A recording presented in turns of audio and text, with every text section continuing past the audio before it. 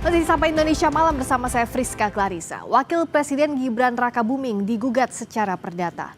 Gugatan didaftarkan seorang warga di Pengadilan Negeri Jakarta Pusat.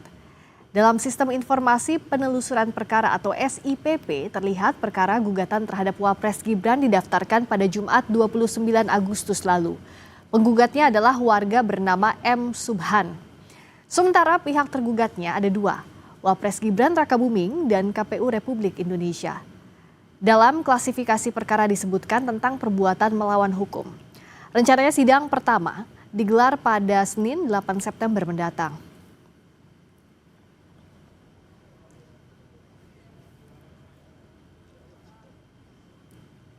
Mengapa Wapres Gibran digugat perdata? Apa yang menjadi perkaranya?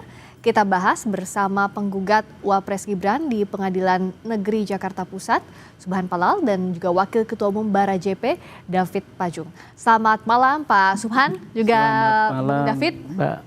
Selamat malam. Selamat malam Mbak Friska. Selamat malam Mas David. Selamat malam. Subhan. Nah kita akan tanyakan dulu ya ke Pak Subhan. Saya mau tanya dulu. Nah, klasifikasinya kan perbuatan melawan hukum. Spesifiknya apa yang dianggap perbuatan melawan hukum? Jadi gini, kita berangkat dari negara hukum. Maka semua penyelenggaraan negara harus diatur oleh hukum. Apa yang tidak sesuainya? Ya, yang tidak sesuai karena dalam undang-undang pemilu itu dipersyaratkan seorang wakil presiden atau presiden sekalipun harus minimum tamat SLTA, alia, SMA atau sederajat. Nah, wakil presiden ini tidak punya ijazah itu. Ijazah SLTA nggak punya. Kalau di KPU apa tertulisnya waktu yang di KPU calonkan sebagai kalau presiden? Di KPU hanya tertulis SMA-nya 2 kali malahan, yaitu diselenggarakan di Singapura sama Australia. Yang di Australia itu yang disetarakan sama SMA itu Orchid Park Secondary School Singapura, yang Australia UTS Institute Sydney. Kalau dari hasil penelusuran Pak Subhan dan kawan-kawan itu tidak setara SMA? Gini, meskipun setara, tapi undang-undang tidak memberikan amanat itu. Amanatnya hanya tamat minimum riwayat pendidikannya SLTA atau SMA alia sederajat. Hanya itu. Saya tanya ke Bung David, ini dipersoalkan soal pendidikannya dianggap tidak memenuhi syarat SMA atau sederajat. Ya, jadi gini Mbak, ini kan kita sudah melangkah 10 langkah, terus kemudian kita mau menarik langkah lagi undur ya. Ini namanya mencari jarum dalam jerami ya, artinya sesuatu tindakan yang sia-sia, yang begitu berat. Karena gini, ini kita mencoba membangun sebuah kekisruan dialektika yang tidak konstruktif. Karena pertama, Mas Gibran ini tamat, justru tadi sudah disampaikan oleh Mas Subhan sendiri kan, tamat di 2 tempat malah, dan tempat itu adalah tempat berkelas. Di Orchid Park Secondary di Singapura dan di Australia. Itu setara ya, setara, bahkan kalau kita mau menyetarakan dalam sisi kualitas ya bisa dipersandingkan lah kualitasnya seperti apa dengan misalnya SMA kita di Indonesia. Lalu kemudian yang kedua, Mas Gibran ini adalah mantan wali kota, di mana persyaratan administrasi ketika maju di pilkada wali kota, lalu kemudian maju ke pilpres lagi sebagai wapres, itu kemudian mengalami lagi satu proses di KPU ya. Jadi 2 kali proses itu. Rasa-rasanya kita ingin mendelegitimasi lembaga-lembaga sekaliber KPUD dan KPU Pusat jika ini dipersoalkan kembali, bahkan keputusan MK itu sudah memperkuat semuanya. Jadi memang nggak ada dasar, nggak ada legitimasi konstitusi, nggak ada legitimasi hukum, nggak ada legitimasi sosial, dan nggak ada legitimasi politiknya untuk mempersoalkan itu sebenarnya. Jadi dianggap gugatannya itu tidak berdasar kalau kata Bung David, Pak Subhan? Ini Dasar dari sisi konstitusi, dari sisi undang-undang dari sisi politik Ya, maupun Bung David, sosial. saya kasih ke Pak Subhan. Dianggap Bung David tadi katanya nggak Gini, berdasar. makanya berdasarkan apapun. konsepsi perbuatan melawan hukum itu ada perbuatan yang telah dilakukan. Kalau sebelum dilakukan kita nggak tahu itu. Mhm. Nah, konsepnya perbuatan melawan hukum, ya itu tadi, setelah perbuatan dilakukan. Nah, kalau misalnya gugatan perdata itu kan misalnya tadi kata Pak Subhan dan kawan-kawan itu tidak setara dengan SMA. Misalnya saat dibawa ke pengadilan sudah adakah bukti-bukti untuk menyandingkan itu? Gini, kalau tadi Pak David ya, Pak David. berbicara tentang penyetaraan. Penyetaraan itu oleh siapa? Apakah KPU punya kewenangan untuk itu? Nggak punya, di undang-undang nggak ada itu. Yang ada hanya tamat SMA, alia, atau yang sederajat. Artinya apa itu? Pendidikan STA yang diselenggarakan berdasarkan hukum Indonesia. Itu SMA-nya. Berarti kalau untuk pejabat yang sekolah di luar Indonesia nggak bisa dong mendaftar atau gimana? Kalau persyaratannya nggak cukup nggak bisa. Ini persyaratannya SMA. Dia nggak ada, ijazahnya nggak ada SMA-nya. Oh, ijazah SMA yang dipertanyakan. Bukan dipertanyakan oleh KPU, dibilang nggak ada. Oke, Bung David, Diumuman nggak ada. Bung David nggak ada ijazahnya. Ini masalah ijazah lagi. Ijazah SMA-nya nggak ada, di KPU nggak ada. Bung David. Nah, itu jadi gini ya. Di KPU itu ada mekanisme mereka. Ada mekanisme di dalam pemenuhan syarat administrasi dan syarat undang-undang, baik di ketika proses pilkada ya di KPUD Solo, Surakarta, itu sudah melewati tahap itu. Kemudian yang lebih tinggi lagi jangkauannya di KPU Pusat ketika Cawapres kemarin itu dilakukan hal yang tentu lebih saringannya lebih ketat lagi, baik dari sisi undang-undang ya, dari sisi administratif, termasuk tadi itu bahwa sederajat ya, bahasa hukumnya itu sederajat. Nah, sederajat ini ya bukan di situ nggak bunyi bahwa itu khusus lulusan Indonesia. Coba Pak, di mana Pak Subhan temukan itu bahwa khusus lulus di dalam negeri atau pendidikan di Indonesia, kan nggak bunyi itu. Jadi prinsip hukum selama nggak ada bunyi itu maka nggak ada pelanggaran Pak. Dan ini kembali lagi ya, kita membuat kekisruhan lagi seolah-olah ini ada pelanggaran hukum ya.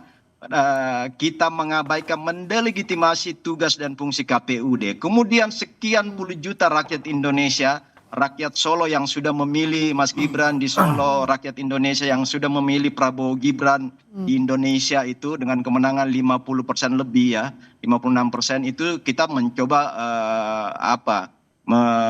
mengabaikan itu. Ini hal-hal yang dicari-cari, kemudian kita mencoba membangun sebuah kekisruhan politik ya, kalau ini terus digoreng kepada hal-hal yang tidak konstruktif bagi bangsa ini. Bangsa ini coba maju lebih jauh lagi untuk bagaimana meraih Indonesia Emas dengan segala macam Jadi perjuangan. kita ada buktinya. Apa bukti yang dipunya oleh Pak Subhan, coba dokumennya? Gini, saya bacakan Mas David ya.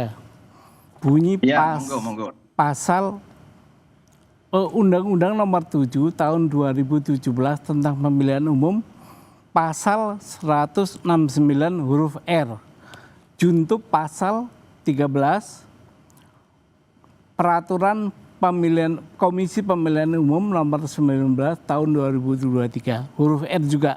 Bunyinya begini nih. Berpendidikan paling rendah tamat sekolah menengah atas, madrasah aliyah, sekolah menengah kejuruan, madrasah aliyah kejuruan, atau sekolah lain yang sederajat. Cukup kan? Cukup definitif itu.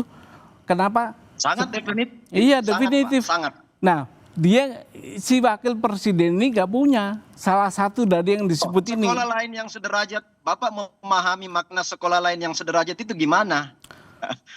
Silakan dijawab. Makna lain yang sederajat itu adalah sederajat yang diselenggarakan berdasarkan hukum Indonesia. Oh, enggak bunyi begitu Pak. Coba jangan menerjemahkan sendiri. Bukan, ya. ini bukan menerjemahkan. Jangan mencoba membangun interpretasi. Bapak juga jangan menafsirkan lain. Ini tafsir gramatikalnya begitu. Loh, Udah. KPU sebagai lembaga pelaksana pemilihan umum ya, baik di daerah KPUD dan di pusat itu KPU, itu sudah menginterpretasi itu berdasarkan kewenangan diskresi yang ada pada mereka, Pak. Dan itu kita yakini pasti berkoordinasi dengan lembaga-lembaga tinggi pendidikan yang formal di Indonesia. Karena kalau misalnya itu kalau itu diinterpretasi bahwa lulusan luar negeri tidak bisa, pastilah KPUD akan membatalkan itu ketika di Solo yang lalu. Kemudian KPU pusat juga akan menganulir itu atau menolak itu kalau itu diinterpretasi, diterjemahkan bahwa lulusan luar negeri itu tidak memenuhi Jadi kalau unsur menurut Bung David, sederajat yang itu. sudah dilalui oleh Mas Wapres, yang dimiliki itu sudah diverifikasi oleh KPU, sudah dianggap sederajat, harusnya nggak jadi pasti masalah dong. begitu Bung David? Pasti dong, nggak mungkin itu ditetapkan menjadi ketukan palu oleh KPUD ketika calon wali kota dan KPU pusat ketika mencalonkan diri sebagai Oke, cawapres. saya ke Pak Subhan, nggak mungkin kalau tidak lolos verifikasi, toh sudah melewati di berbagai kota, lalu juga Begini, sampai ke sebenarnya pusat. saya tidak ingin lari kepada persoalan politik atau yang lainnya. Ini view hukum. View hukum.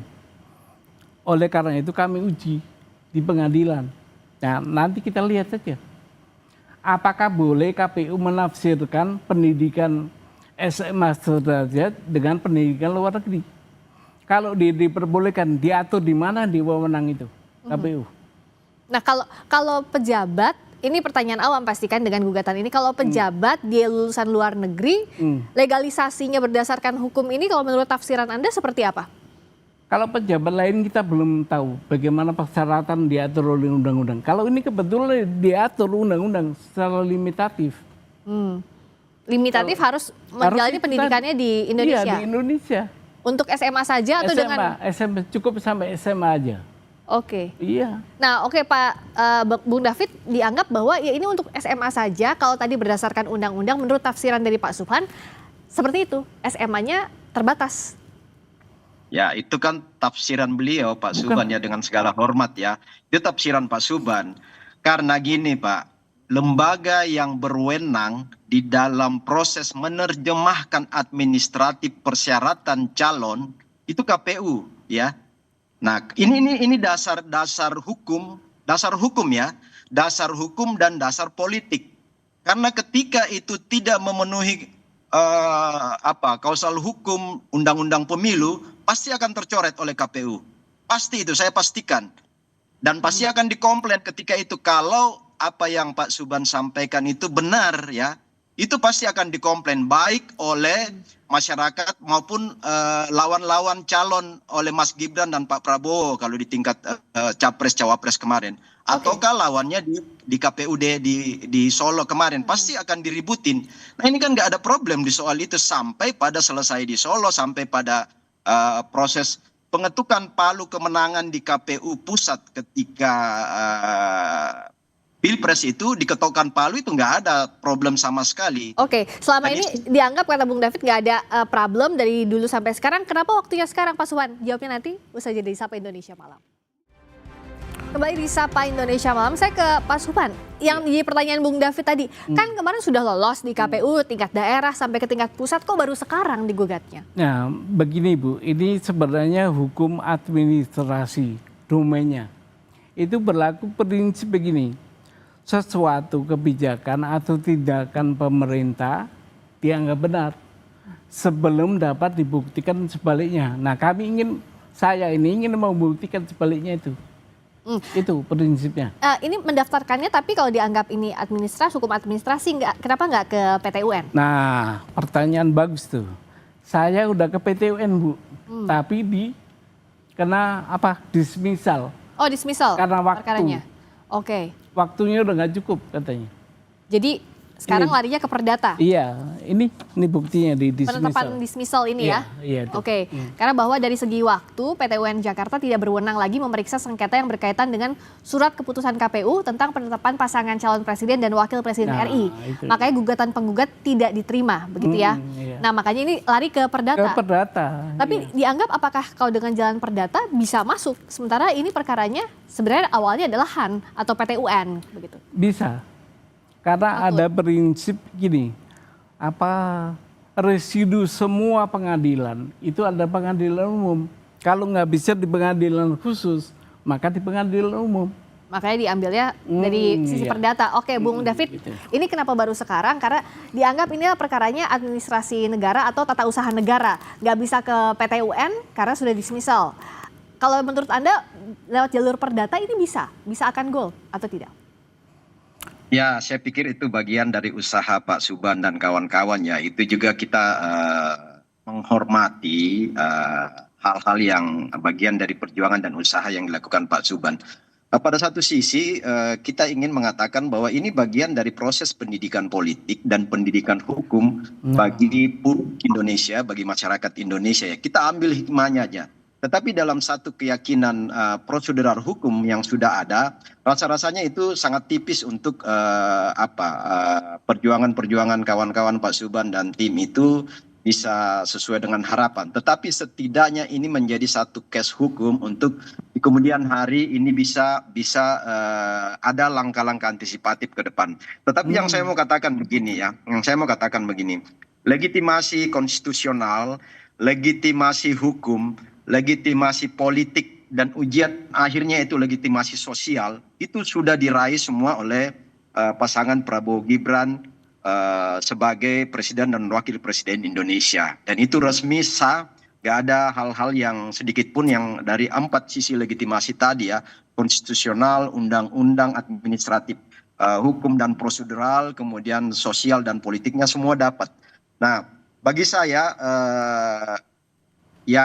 ini bagian dari dinamika, tetapi pada satu sisi kita juga meyakini bahwa ini adalah usaha-usaha yang rasanya sia-sia karena pemerintah sekarang khususnya Presiden Prabowo dan Mas Gibran ini tengah berjuang untuk merealisasikan semua janji-janji politik dalam rangka mencapai tujuan berdasarkan campaign Asta Cita yang dikampanyekan oleh Pak Prabowo dan Gibran ya.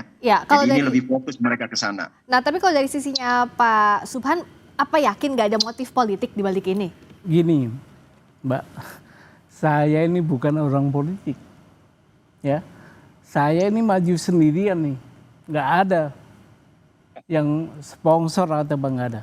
Karena saya melihat ini hukum kita dibajak nih dengan begini caranya. Karena kenapa? Tidak punya ijazah SLTA bisa lolos. Nah, ada dugaan KPU saat itu adalah terbelenggu oleh relasi kuasa. Makanya KPU jadi tergugat 2? Iya, ikut kita gugat. Tapi tidak ada motif politik ini? Nggak ada. Maka minta, itu kan konsepsi PMH. PMH itu boleh meminta kerugian material maupun imaterial. Saya minta dibayarkan ke negara kerugiannya. Hanya ingin membuktikan saja begitu bahwa? Iya, bahwa ini nggak benar, ini nggak sekolah SMA ini.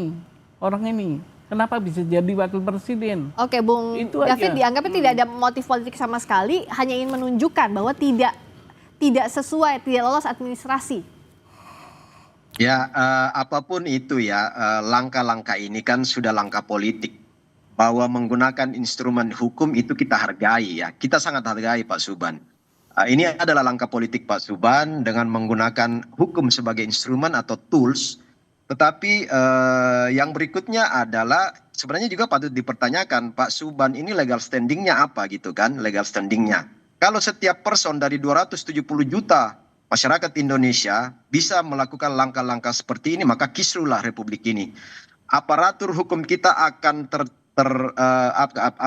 energinya akan habis untuk merespon ya, memproses hal-hal yang sesungguhnya ini bagi saya ya itu tadi langkah yang sia-sia karena sudah dilewati sekian lama ya, seharusnya Pak Subhan ini kalau mau memperkarakan itu ya paling enggak misalnya ketika ketukan palu KPU, ya ketukan palu KPU menjadi calon yang sah. Sehari setelah itu kalau Bapak menganggap itu ada pelanggaran hukum di sana.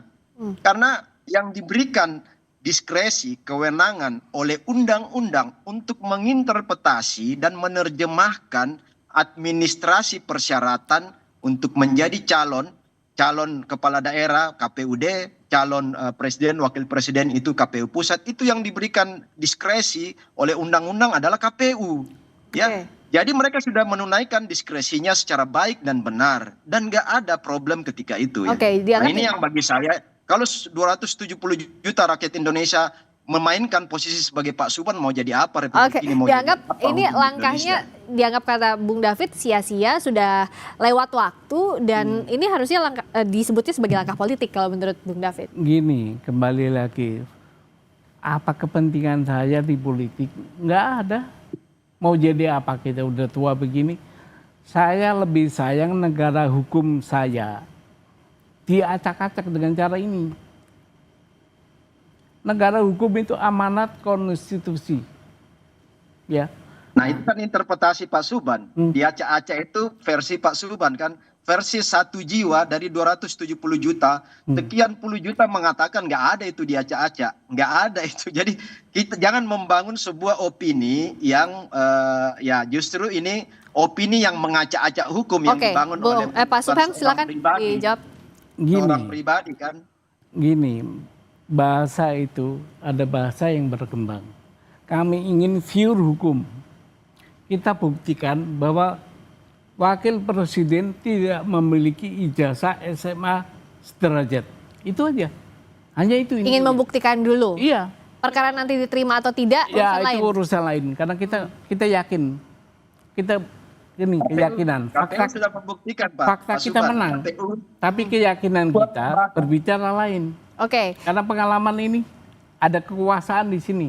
Jadi dianggap ini adalah hak untuk menggugat, Bung David. Iya, hak kita sebagai warga negara. Hak untuk tadi saya katakan